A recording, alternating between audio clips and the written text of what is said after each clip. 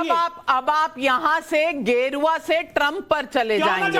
आप गेरुआ से ट्रंप पर चले जाइए, क्योंकि यहाँ आपके पास अब कोई आर्गुमेंट बचता नहीं है। जब आपके विज्ञापन जात पे ना पात पे मोहर लगेगी हाथ पे, ये सबसे बड़ा नारा था कांग्रेस पार्टी का।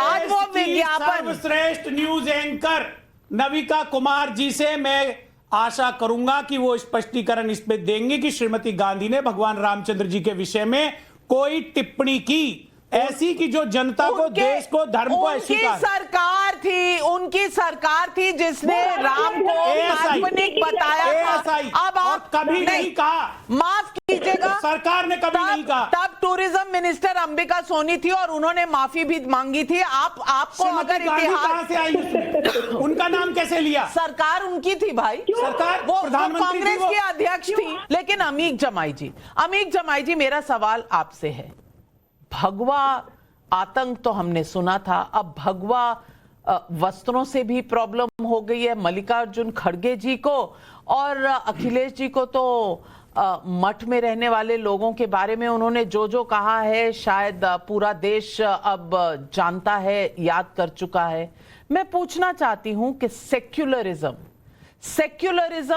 का मतलब क्या होता है कि एक धर्म को नीचे दिखाया जाए, सिर्फ एक धर्म को चुनकर उसके हर ऐसे शब्द ऐसे बोले जाएं उस धर्म के बारे में, तभी आप सेक्युलर कहलाएंगे। और मैं याद करा दूं आपको, ये किस तरह कहा गया है। ये कहा गया है, हेमंत सोरेन जी ने भी कहा है कि भाई गेरुआ वाले जो हैं वो आते हैं और लोगों की, लड़कियों की इज्जत लूटते हैं। दिग्विजय सिंह कहते हैं गेरुआ वस्त्र पहनकर नाचा जाता है। स्वामी प्रसाद मौर्य कहते हैं साधु संतों को बताया गेरुआ वस्त्र में आतंकवादी। ये किस तरह के शब्द है? क्या सेक्युलरिज्म का ये मतलब नहीं है, धर्मनिरपेक्षता का ये मतलब नहीं है कि हम हर धर्म की तरफ वही आदर, वही सम्मान रखें? बिल्कुल, आपने ठीक कहा। सम्मान तो बहुत सबसे बड़ी बात है, सम्मान सभी धर्मों का, संप्रदाय का, जातियों का। लेकिन नाविका मैम, अभी आपने कहा ना कि आजकल हर जगह हिंदुओं पे हमला है।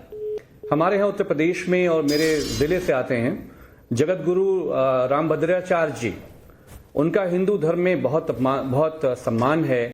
प्रधानमंत्री जी से लेकर मुख्यमंत्री जी उनको बहुत आदर करते हैं। कल से उनका एक वीडियो चल रहा है, आपके तो शायद वीडियो वो चल भी नहीं पाएगा, जिसमें वो कहते हैं कि जो सरजू पारी हिंदू हैं, ब्राह्मण, दीक्षित, उपाध्याय और ये पता नहीं क्या क्या नाम बता रहे हैं, कह रहे हैं ये सबसे नीच ब्राह्मण हैं। अब आप सोचिए कि अगर कोई ओबीसी का कोई मुसलमान इस बात को बोलता तो अब तक उसका घर जला दिया गया होता और वो अक्सर जेल में सड़ रहा होता। आम लोग कोई भाषा बोले, उसका सही गलत का फैसला हो सकता है, लेकिन इस देश में जो चुने हुए मुख्यमंत्री हैं, प्रधानमंत्री हैं, जो देश के विधाता हैं, लोगों की जिंदगियों के लिए उनको चुना गया है, देश को आगे ले जाने के लिए चुना गया है। हमारे मुख्यमंत्री प्रधानमंत्री जी में कौन सा कंपटीशन चल रहा है मुझे नहीं पता है। ये बोलते हैं कि बटोगे तो कटोगे। जो मुख्यमंत्री इस बात की शपथ लेता है कि हिंदू हो, मुसलमान हो, सिख हो, जैन हो, मैं सबका मुख्यमंत्री हूं, जब आप शपथ लेते हैं, प्रधानमंत्री शपथ लेते हैं कि मैं 125 करोड़ लोगों का प्रधानमंत्री हूं, फिर जब वो दूसरी बार ये बात बोलते हैं कि एक रहोगे तो सेफ रहोगे, ये जो भाषा है ये फाशिस्ट भाषा है। ये सेकुलरिज्म के खिलाफ तो है ही, संविधान की शपथ की आत्मा के खिलाफ है। ये हेमंत बिस्वा क्या बोल रहे हैं? रोज मुसलमानों के खिलाफ, इस्लाम के खिलाफ, जैसे एक डिपार्टमेंट खोल देना चाहिए भारतीय जनता पार्टी को। इस्लाम और मुसलमानों पे हमला करने के लिए 5 मुख्यमंत्री लगे रहेंगे। ऐसी भाषा किसी चुने हुए मुख्यमंत्री से हम उम्मीद नहीं कर सकते। अगर हम लोग होते मुख्यमंत्री, हमारे यहां से कोई होता, तो अब तक उसकी मेंबरशिप चली गई होती, सरकार चली गई होती, वो जेल में सड़ रहा होता अरविंद केजरीवाल जी की तरह से। लेकिन नाविका में आपको उससे कोई दिक्कत नहीं है, मैं जानता हूं। ये पीएमओ में बैठे हुए जो लोग हैं, मैं उनको खुश करने के लिए नहीं बोल रहा हूं, लेकिन अगर इलेक्शन कमीशन आज जिंदा होता तो हेमंता बिस्वा शर्मा, आदरणीय मुख्यमंत्री योगी आदित्यनाथ जी और हमारे प्रधानमंत्री बहुत सही बात आपने इनकी कही। भाषा पे लगाम लग चुकी आपने है। आचार्य माननीय अखिलेश जी रामभद्राचार्य ने की क्या बात कहा? कही। माननीय मैं अखिलेश सिर्फ जी ने क्या इतना गलत कह कहूंगी दिया? कि वो राजनीति में होते तो मैं बिल्कुल एतराज करती उनकी भाषा का, पर वो राजनीति में नहीं है। अखिलेश यादव जी, मठाधीश और माफिया में फर्क नहीं होता है। ये क्या फूलों अपने मुंह से फूल बरसा रहे थे? राधिका खेरा जी, अमीक जमाई जी ने बहुत से सवाल उठाए हैं, इनका जवाब। ब्राह्मण हैं ये अमीक जी में नीच हैं। जी जी मैं उम्मीद करती हूँ, जैसे मैं किसी के बीच में नहीं बोलती हूँ, मेरे बीच में कोई ना चीखेगा ना चिल्लाएगा। अमित जी ने कहा कि ईसी जिंदा नहीं है, ईसी है ही नहीं, तो जब आप मानते ही नहीं है इलेक्शन कमीशन, तो चुनाव लड़ना बंद कर दीजिए। क्यों आप लोग इलेक्शन लड़ते हैं, क्यों कैंडिडेट खड़े करते हैं? जब आप लोगों की सीटें बढ़ गई थी लोकसभा में, तब तो इलेक्शन कमीशन जिंदा हो गया था। तो ये ना सिलेक्टिव आउटरीच नहीं चलेगा। अगर आप नहीं मानते कि election fair and free and fair होते हैं, अगर आप मानते हैं कि इलेक्शन कमीशन नहीं है, तो चुनाव लड़ना बंद कर दीजिए, घर पे बैठ जाइए, क्लोज शॉप। सेकंड चीज, यहाँ पे बार बार कहा जा रहा है कि बटेंगे तो कटेंगे, गलत है। एक है तो सेफ है, गलत है। क्यों, क्या गलत है उसमें? United we stand, divided we fall. English में मैं बोल दूंगी तो आपको सही लग जाएगा। और यहाँ पे हम कहाँ कह रहे हैं कि ये सिर्फ एक रिलीजन के लिए है? मैं आपके बीच में कंप्लीट करने दीजिए। अगर पूरा देश इकट्ठा रहेगा तो सेफ रहेगा। मुझे कंप्लीट करने दीजिए, राधिका मेरी बहन, मैं कह रहा हूँ, मुझे कंप्लीट करने दीजिए मेरी बात। प्रधानमंत्री मैं नहीं बोलूंगा।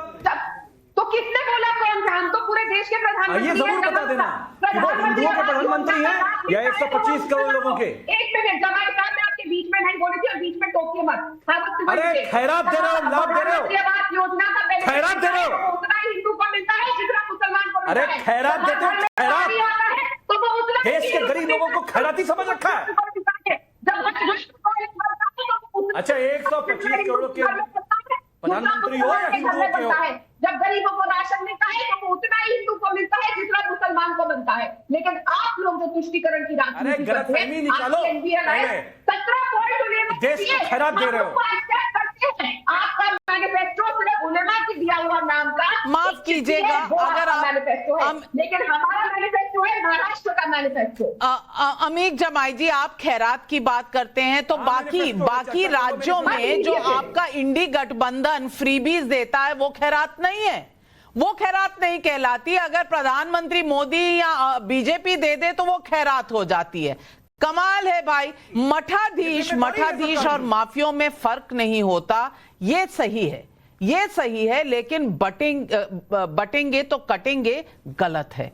विवेक श्रीवास्तव जी, मैं आपसे पूछना चाहती हूं, गेरुए वस्त्रों से क्या दिक्कत है इंडी अलायंस की पार्टियों को?